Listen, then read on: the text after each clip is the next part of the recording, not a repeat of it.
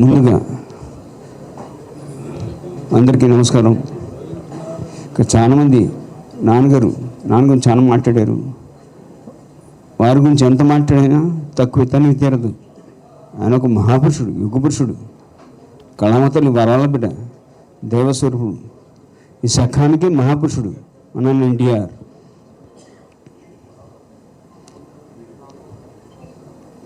ముందుగా వేదిక మీద ఉన్న మన నందమూరి ఆడపడుచు సోదరి ఇంట మహాలక్ష్మి, దగ్గుపాటి వారి గృహలక్ష్మి, పార్లమెంట్ సభ్యురాలు, అందరికీ చిన్నమ్మ, నాకు చిన్నక్క దగ్గుపాటి పరమేశ్వరి గారికి, అలాగే వేది మీద చాలామంది ఉన్నారు. అందరికి పేరు పేరున నిర్మాతలకు,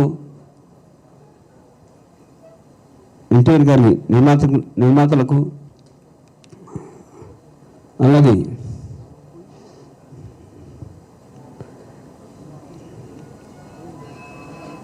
పాలిబ్యూరో సభ్యుడు, మాజీ MLC, NTR literature committee chairman TD Janardhan గారికి, మా కమిటీ సభ్యులందరికీ పేరు పేరున అందరికీ, వారితో పాటు వేదిక మీద ఉన్న పెద్దలకు, కుటుంబ శ్రేయోభిలాషులకు, అభిమానులకు, విలేకరులకు, మీడియా ప్రతినిధులకు అందరికీ వందనం, శుభాభివందనం. ఈ సమావేశం ప్రజాస్వామ్యం పరిరక్షణోద్యమం ఎన్టీఆర్ జీవిత చరిత్ర, ముందుగా పుస్తకాన్ని టీడీ జనార్దన్ గారు చెప్పినట్టు సెప్టెంబర్ 16న 2025న విజయవాడలో మన ఆంధ్రప్రదేశ్ ముఖ్యమంత్రి వర్యులు నారా చంద్రబాబు నాయుడు గారు, మాజీ ఉపరాష్ట్రపతి గారు వెంకయ్యనాయుడు గారు, త్రిపుర గవర్నర్ ఇంద్రసేన రెడ్డి గారు, మన స్పీకర్ అయిన పాత్రుడు గారు చేతుల మీదుగా ఆవిష్కరించబడినది. అదే పుస్తకాన్ని నేడు ఈ సమయంలో ఆడియో రూపంలో తీసుకుని రావడం చేపడుతున్నది. పరమేశ్వర్ గారి చేతుల మీదుగా ఆవిష్కరించబడుతున్నది కొద్ది క్షణాల్లో. ఇది పుస్తకానికి ఎంత ప్రాధాన్యత ఉన్నదో ఆడియో రూపం కూడా అంతటికంటే రెట్టింపు ప్రాధాన్యత ఉన్నదని సర్వే చేసాం. దాన్ని అందరూ దీనికి ఆమోదించడం జరిగింది. 90% ఆడియో రూపంలో తెస్తే బాగుంటుందని అందరు చెప్పడంతో ఈ ప్రయత్నం చేస్తున్నాం. ఈ ఆడియో రూపంలో తీసుకుని వస్తాం మీ ముందుకి. అలాగే మనం ఈ రోజులు చూస్తున్నాం, టెక్నాలజీ మారుతున్న కొద్దీ ఉద్యోగాలు చేసిన విధానాలు కూడా మారుతున్నాయి. ఉద్యోగాలు మనం ఇళ్ళ నుంచి చేస్తున్నాం, వర్క్ ఫ్రమ్ హోమ్ అని, అలాగే జూమ్ కాల్స్ కానివ్వండి, కారులో ప్రయాణం చేసినప్పుడు సగం పనులు కారులో నుంచి చేసుకుంటున్నాం. అలాగే సగం వంక పెట్టుకొని వర్క్ ఫ్రమ్ హోమ్ అని చెప్పేసి వంటలు చేసినప్పుడు కూడా మనం పనులు చేసుకున్నాం. అంటే చెవులు ఇయర్ పాడ్స్ పెట్టుకొని, హెడ్ ఫోన్ పెట్టుకొని మనం ఇళ్ళల్లో పని చేసుకుంటున్నామండి. ఇవన్నీ మనసులో పెట్టుకుని ఈ పుస్తకాన్ని ఆడియో రూపంలో తీసుకొస్తే బాగుంటుందని అందరూ దీనికి సపోర్ట్ చేయడంతో ఈ పుస్తకాన్ని ఆడియో రూపంలో తీసుకొస్తున్నామండి. అలాగే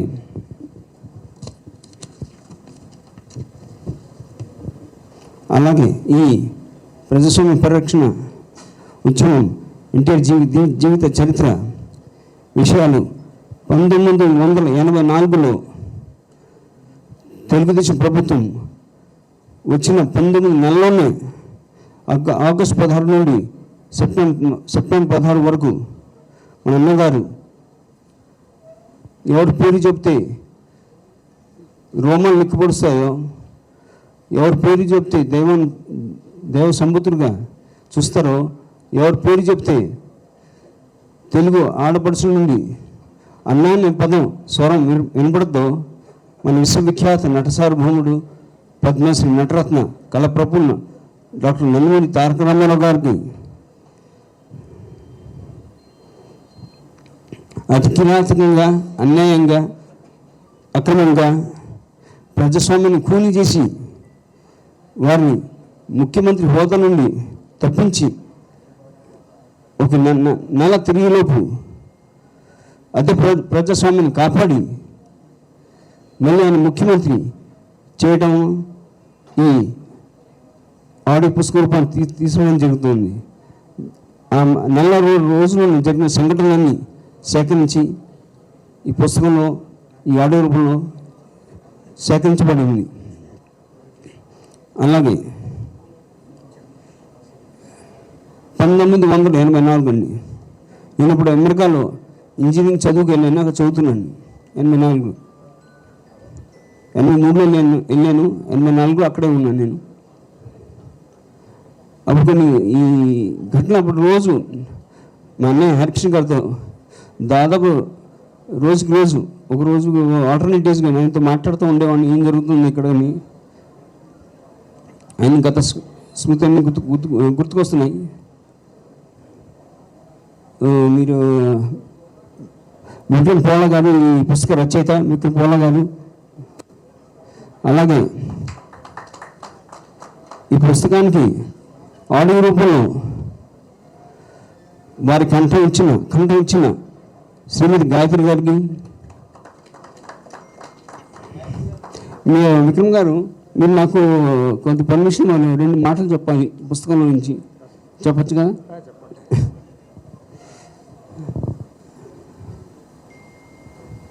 అంటే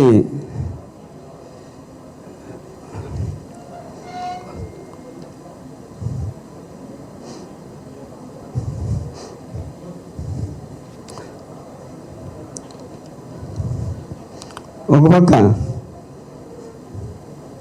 అమ్మగారు క్యాన్సర్ వ్యాధితో చికిత్స పొందుతున్న వేళ, ఇంకో పక్క నాన్నగారు గుండె ఆపరేషన్ జరిగిందండి 1984లో. నేను అమెరికాలో ఉన్నాను.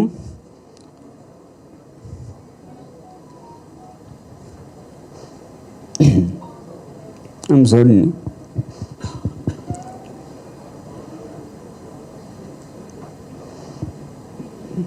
అప్పుడు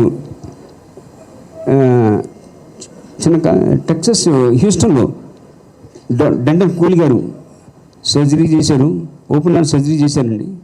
అప్పుడు డాక్టర్ గారు 3 నెలల పాటు మీరు రెస్ట్ తీసుకోవాలి, చాలా మేజర్ సర్జరీ అయింది, ఎటువంటి స్ట్రెస్ మీరు తీసుకోకూడదని చెప్పడం జరిగింది నాన్నగారిని. ఎందుకంటే ఆయన 1 కాదు 2 కాదండి, 3 కూడా కాదు, ఏకంగా 4 బైపాస్లు జరిగిందండి. మీరు చాలా జాగ్రత్తగా ఉండాలని చెప్పారు. మీకు తెలిసిన విషయంగా ఆయన చాలా మొండోడు, ఆయన జగమండి ఎన్టీఆర్, అదే ముందు ఆయన నడిపించింది. ఇది అప్పుడు ప్రధానమంత్రి ఇందిరాగాంధీ ఇది తెలుసుకుని ఆయన అనారోగ్యంగా ఉన్నాడనుకుని మర్చిపోయి రావుగా చాలా మొండోడని అనుకుని ఇక్కడ విషయంతో ఉన్న ఒక రాజకీయ నాయకుడితో చేయగలిపి క్రైసిస్ ట్రై చేశారు.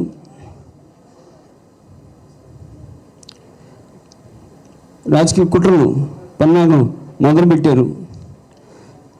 ఇది నాన్నగారు అక్కడ తెలుసుకుని ఆయన చెవులో పడింది, ఇక్కడ ఏదో కుట్రలతో పన్నాగం పడుతున్నారని. ఇది వెంబటే తెలియగానే హఠావుటిగా ఆయన అనారోగ్యం లెక్క చేయకుండా, ప్రాణాలు లెక్క చేయకుండా మన రాష్ట్ర ప్రజలకి ఇది అన్యాయం జరుగుతుందని గ్రహించి ఎవరి బయలుదేరి వచ్చేసానండి. రాష్ట్ర ప్రజల కోసం, ఆయన గురించి, ఆయన కుటుంబం గురించి కూడా. అమ్మగారు క్యాన్సర్ వ్యాధితో చికిత్స పొందుతున్నాను.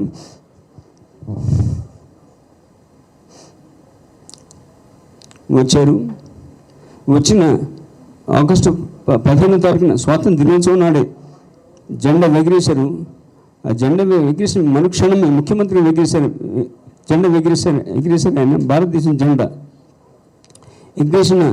ఎగిరేసిన పిమ్మటే వారిని ముఖ్యమంత్రి హోదా నుండి తొలగించడం జరిగింది. అప్పుడు గవర్నర్ రామ్లాల్ గారు, కరెక్ట్ అండి, రామ్లాల్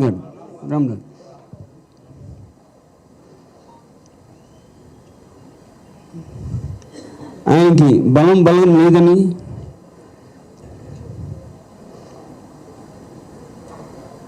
ప్రజాస్వామ్యాన్ని ఖూనీ చేసి అవకాశం ఇవ్వకుండా బలాన్ని ప్రూవ్ చేయకుండా ఉన్నా సరే లెక్క చేయకుండా పక్కన పెట్టి ఆయన బలం లేదని పన్నాగాని ఆయన ముఖ్యమంత్రి హోదాని దింపడం జరిగింది.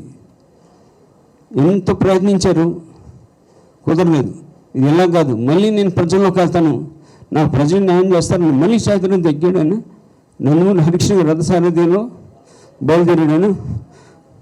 రాష్ట్రం అంతా తిరిగాడు ఆయన. రాష్ట్రం అంతా అల్లకోలం మొదలైంది. మొట్టమొదటిసారిగా భారతదేశ చరిత్రలో భారతదేశం ఉన్న పార్టీలన్నీ, బీజేపీ కానివ్వండి, కమ్యూనిస్టులు కానీ, అందరూ మజ్లిస్ అన్ని పార్టీలు ఏకగ్రీవంగా అందరూ ఒక తాట మీద వచ్చి మన ప్రజలను కాపాడాలి, ఎన్టీఆర్ గారిని తెలుగుదేశం కాపాడాలి అని సపోర్ట్ చేయడం జరిగింది. ఇది ఆడు బెదిరిపోయి, ఇందిరాగాంధీ బెదిరిపోయి ఏదో జరిగిపోతుందని గ్రహించి ఇమ్మీడియట్గా అప్పుడు రామ్లాల్ గారిని గవర్నర్గా తొలగించి అప్పుడు శంకర్దాల్ శర్మ గారిని గవర్నర్గా చేయడం జరిగింది. అప్పుడు శంకర్దాల్ శర్మ గారు వచ్చి ఈ రాజకీయ పరిణామాలు పరిశీలించి ఇక్కడ తప్పు జరిగిందని గ్రహించి మన ఎన్టీ రామారావు గారిని పిలిచి మళ్ళీ బలగొన్ని ప్రదర్శించి ప్రూవ్ చేయమని చెప్పడం జరిగింది. ఆయన 5 నిమిషాల్లోనే ఆయన బలగాన్ని ప్రవేశపెట్టారు, ప్రూవ్ చేశాడు ఆయన. అది అవ్వటమే మళ్ళీ ఆయన తిరిగి సెప్టెంబర్ 16న వారు ముఖ్యమంత్రిగా ప్రమాణ స్వీకారం చేశారు.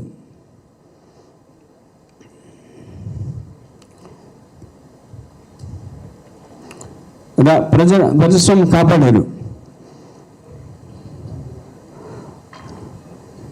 ఒకవైపు 2 ఆపరేషన్స్ ప్రాణాలు లెక్క చేయకుండా, ఆరోగ్యం లెక్క చేయకుండా ఒక ముఖ్యమంత్రిగా తెలుగుదేశం కార్యకర్తలు కానివ్వండి, భారతదేశం అంతటా పండుగలు చేసుకుంటున్న వేళ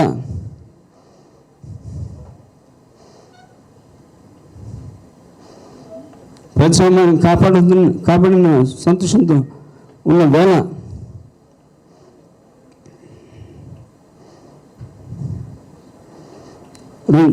రెండు వారాలు తిరిగే లోపు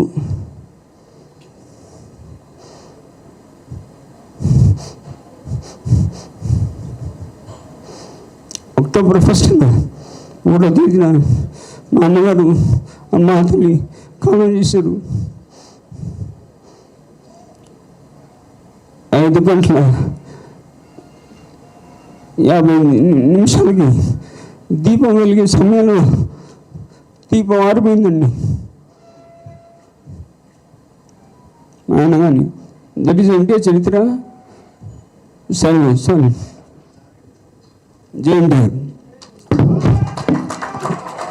బాలకృష్ణ గారికి రామకృష్ణ గారికి పెళ్లి సంబంధం కుదిరింది. అది నేను రామకృష్ణ గారు చెప్తారు అనుకున్నా, కానీ పాపం ఆయన అమ్మా నాన్న ఇద్దరు గుర్తొచ్చేపాటికి నిజంగా ఆయన మంచి సున్నిత మనస్కులు. సో పెళ్ళి కుదిరితే పెళ్ళి తిరుమలలో చేస్తున్నారు. అన్నగారు మనం ప్రజలకు అంకితం అయిపోయాం, మీరు పెళ్లి చేసుకోండి, నేను ఆశీర్వదిస్తానని చెప్పాడు. ఇది చరిత్రలో ఎక్కడ జరుగుద్దా? అప్పుడు చైతన్య యాత్రలో ఉండి ఒక కలెక్టర్ ఆఫీస్కి రమ్మని అక్కడికి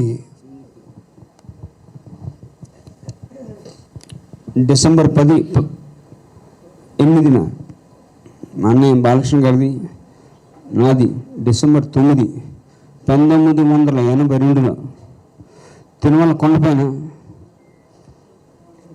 వివాహం జరిగింది ఇద్దరిది. అప్పుడు నాన్నగారు చివరి దశలో క్యాంపెయిన్లో ఉన్నారు. ప్రతి మాట్లాడుకుంటున్నాం. మా అన్నదమ్ములు, అక్క చెల్లు, ముఖ్యంగా మా పెద్దక్క లోకగా చిన్నక్క అందరూ ఎవరి పని వాళ్ళు అమ్మగారికి సపోర్ట్ కొంటూ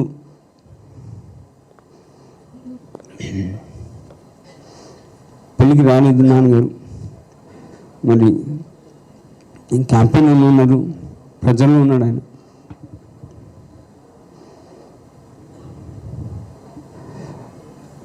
పెళ్ళైన రాత్రి డిసెంబర్ 9వ తారీఖున నాకు లోకల్ తిరుపతి పోలీస్ స్టేషన్ నుండి మెసేజ్ వచ్చింది. మా నాన్నగారు అప్పటికే సీఎం గారు పదం వాడారు. సీఎం గారు మీతో మాట్లాడతానంట ఉదయం 10 గంటలకి తిరుపతికి రమ్మన్నా. ఇక్కడ సీఎం ఏంటి, సీఎం అంటున్నారు ఏంటి అనుకున్నాం. సీఎండి ఎవరా అని అంటే గబ్బుని సీఎం అన్నారు. లేదండి అప్పుడు వాళ్ళు కూడా ఎలాంటి లేదు, అప్పటికే వచ్చేసింది కదా. లేదండి రామారావు గారు మీ నాన్నగారు మెసేజ్ పంపించారు కలెక్టర్ ఆఫీస్కి రమ్మని. ఎందుకంటే ఆ రోజున సెల్ ఫోన్స్ లేవు, ఎస్టీడీ లేవండి. అప్పుడు కానీ కలెక్టర్ ఆఫీస్ నుంచి కలెక్టర్ ఆఫీస్కి ఒక హాట్ లైన్ అది ఉండేదండి. హాట్ లైన్ అంటారు, ఇంటర్కమ్లాగా పనిచేసేది. ఆయన ఎక్కడ ఏ కలెక్టర్ ఆఫీస్ నుంచి చేశారో తెలియదు, కానీ ఆయన ఎక్కడెక్కడ ఉన్నారో ఎవరు తెలియదు. అదొక ప్రబంధనం.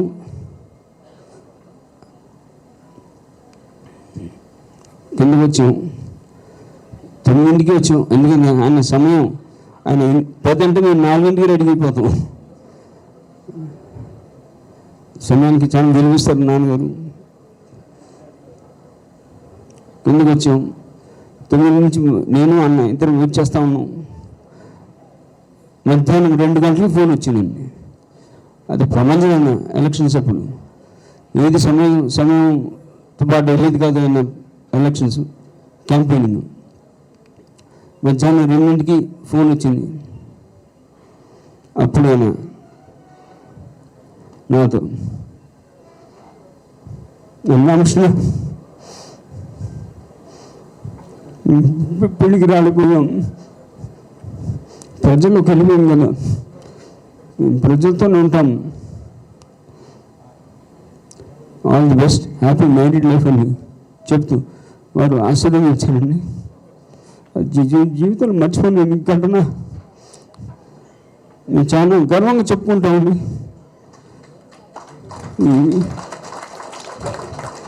ప్రజలు మా కుటుంబం చాలా గర్వంగా చెప్పుకుంటాం. జయంతిగా